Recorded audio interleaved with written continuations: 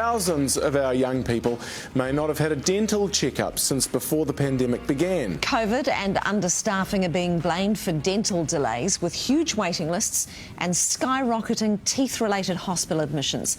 But what can parents do if their children are stuck in the backlog?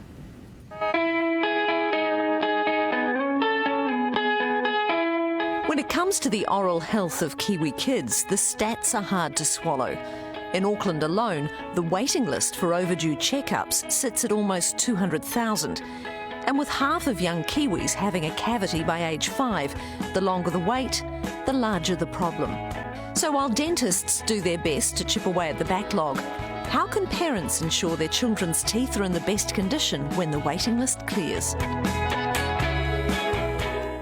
And to explain more is paediatric dentist Katie Bach. Great to see you, Katie. So 67% of kids are overdue a checkup. What can being a year or two late for a checkup do to children's teeth? Well, Jeremy, unfortunately in New Zealand children, dental decay is really common. Baby teeth are smaller and softer than adult teeth with thinner enamel, so children can develop problems really fast and decay can spread really fast. Children are also missing out on an opportunity to see an oral health professional to help them with their brushing and to also have positive experiences at a dentist and improve their confidence. So what options do parents have to get their children seen?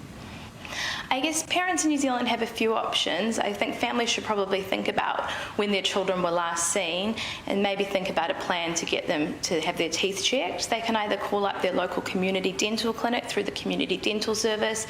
They might have a local dentist and a family dentist that they trust and they might want to take their child to, or some of our families see here for their family specialist paediatric dental care is right for them. Is it true, Katie, that all we have to do is brush our kids' teeth and not give them fizzy drink to prevent decay? Oh my gosh, Jeremy, the most common thing I hear from my parents in here is I brush their teeth twice a day, I don't give them fizzy drink, I don't understand why this is happening, and they're often devastated when this has happened and they feel like it's something that they've done, but really it's such a complex disease in children. There's so many factors at play, and I think parents often feel like they're alone. It's only their child that's having dental decay. But that's another great reason to take them to a dental health professional so that they can talk about various risk factors for their child and can make some changes to reduce their child's decay risk. Yeah, well, and on that, what can parents start to do right now to reduce the chances of their kids needing serious dental work? Well, we really want parents to be brushing their children's teeth twice a day with a fluoridated toothpaste. I recommend that parents are brushing their children's teeth until they're at least 7 years old and supervising them much longer than that.